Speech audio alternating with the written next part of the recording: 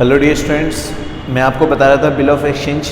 तो bill of exchange में मैंने आपको जो सिखाया था वो हमने क्या सिखाया था, accounting treatment.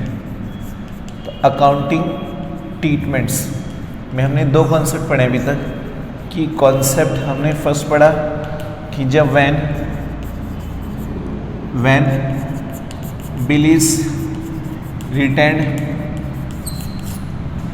When bill is written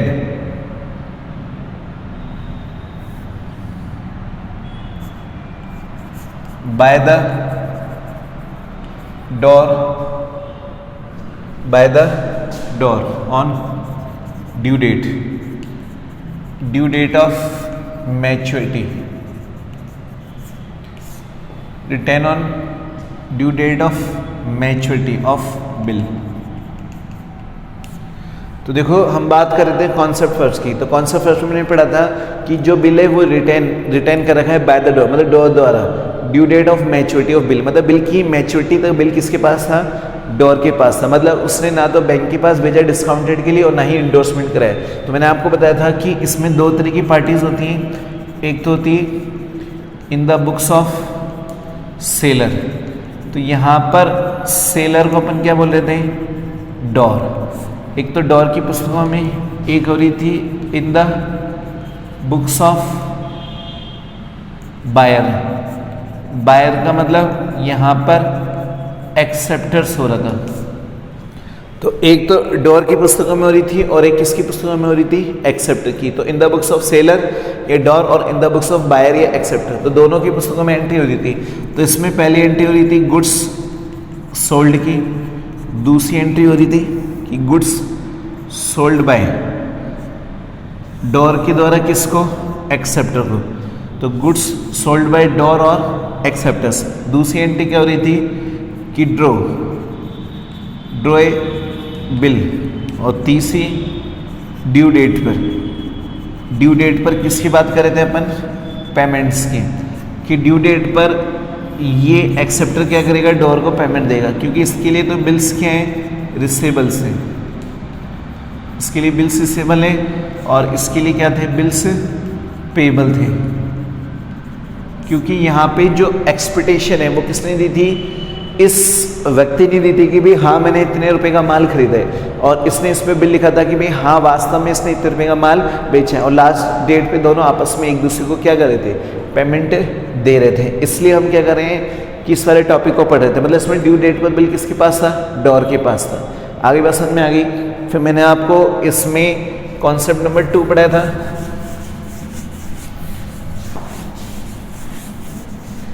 तो कॉन्सेप्ट नंबर 2 में हमने क्या पढ़ा था कि कॉन्सेप्ट नंबर 2 में पढ़ा था कि जब when bill discounted from the bank.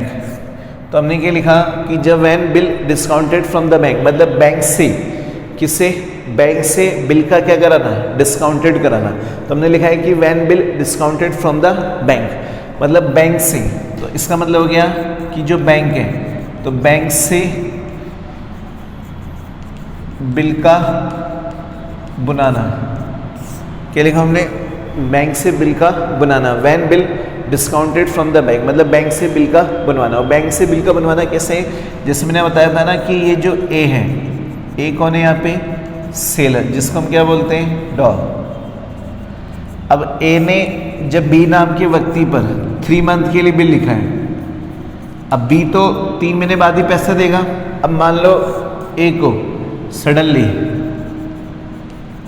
क्या हो रहा है, नीड ऑफ मनी हो रही है।